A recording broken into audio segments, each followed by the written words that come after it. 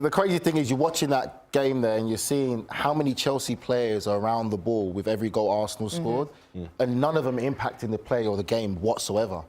It's just, Chelsea for me were just boys yesterday. It was literally men versus boys, and that's what we say in England when you don't turn up. It was men v boys, and it was just an embarrassment. Arsenal were sensational. Martin Odegaard was on fine form. The passes that he was making, he really was up for it. Arsenal were doing what they have to do if they're trying to chase for a Premier League title. They have to stay perfect. It's as simple as that. But Chelsea, for me, were non-existent yesterday. You know, they started Alfie Gilchrist yesterday at right back, and he didn't have the best of games. And the fact is, again, the whole back pairing. This is the biggest thing. Where is the leadership?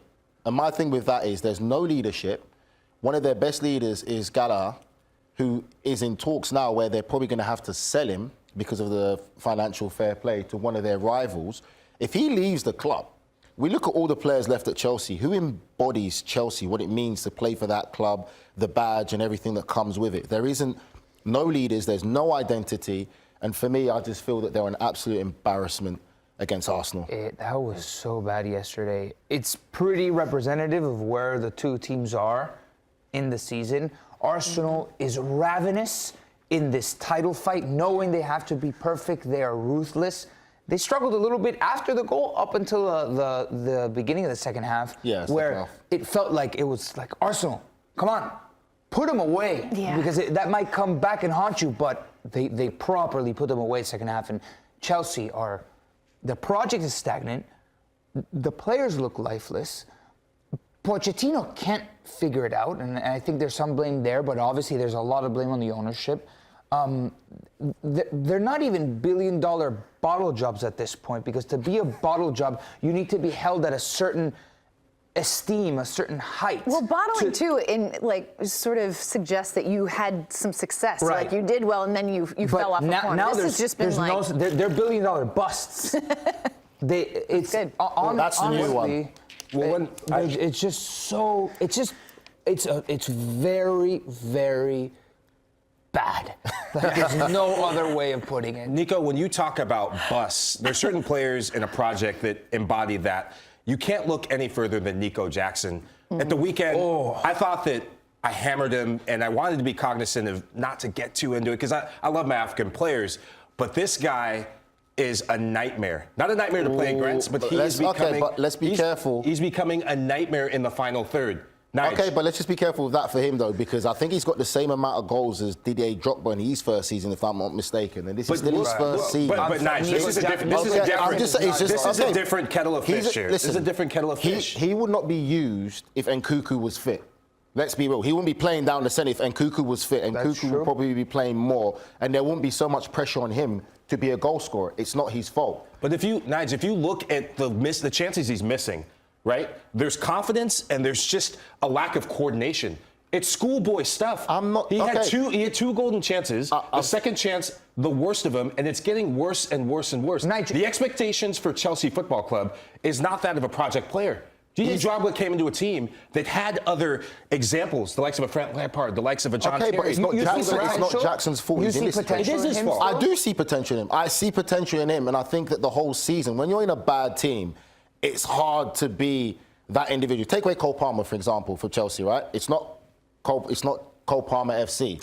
But the reality of it is. You take away Cole Palmer and all the goals that he scored, facts-wise, stats-wise, Chelsea will be in a relegation zone. You take away all Cole Palmer's goals, Chelsea will be in the relegation zone. Did he make a difference yesterday? He definitely would have. He definitely would have. For me, again, like I said, there's a lot of pressure on Nicolas Jackson. He's come into a situation where he wasn't the one to blame for that. There's all these young players in there. They bought for potential. Caicedo and Enzo Fernandez, to me, have looked like very average midfield players where the combination value of two of them is over $200 and something million. And they've looked average for the whole season. Yeah. They haven't looked like a partnership. To sum up Chelsea, let's look at the sign that a young kid put up to sum up what Chelsea is about. I think this really sums up what Chelsea is about, because this is the frustration that Chelsea fans must have with the players right now at Chelsea. They're not playing to represent the shirt. Yeah, can we see that? Can we see that post? Yeah. This is savage. This was damning. That's brutal. It's the truth. This has become the sum of a bad habit for Chelsea Football Club this season, it's not for a lack of not creating chances.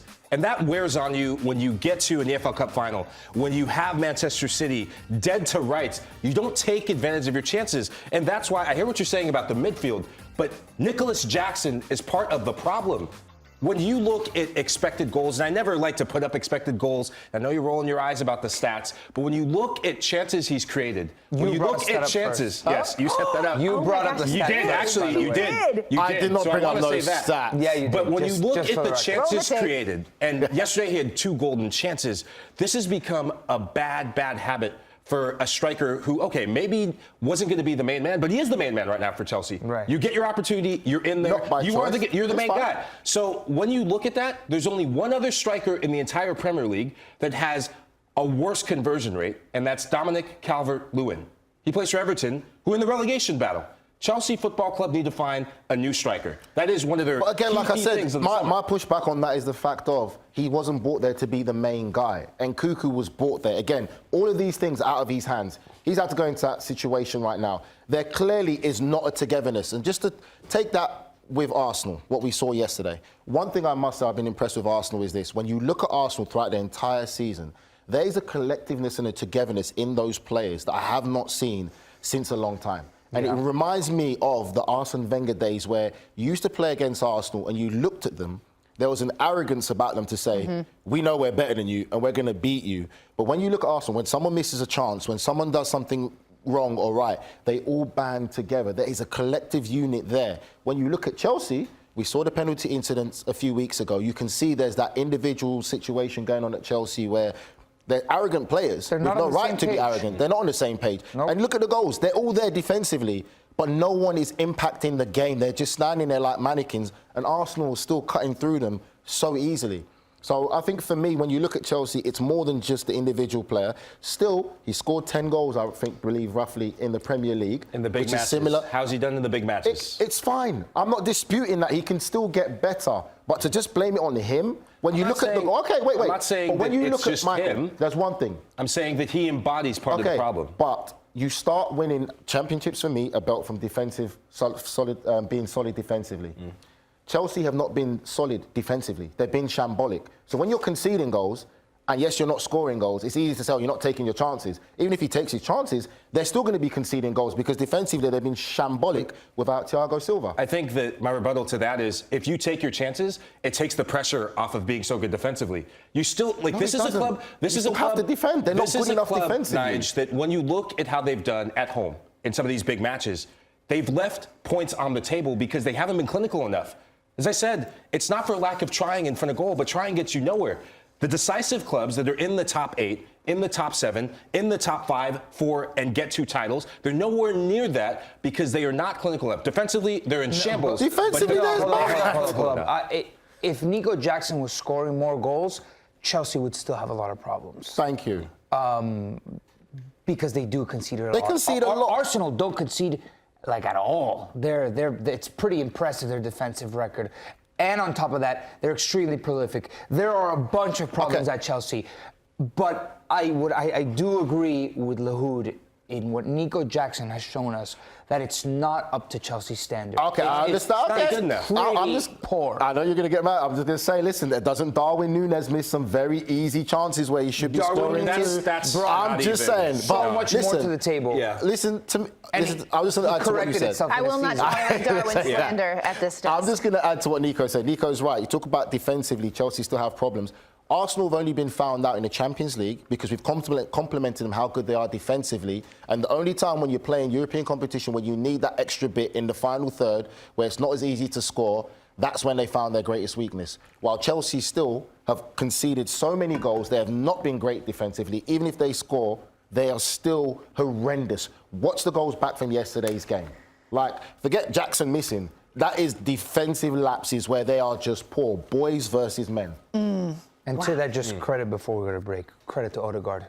Yeah, unbelievable. Unplayable.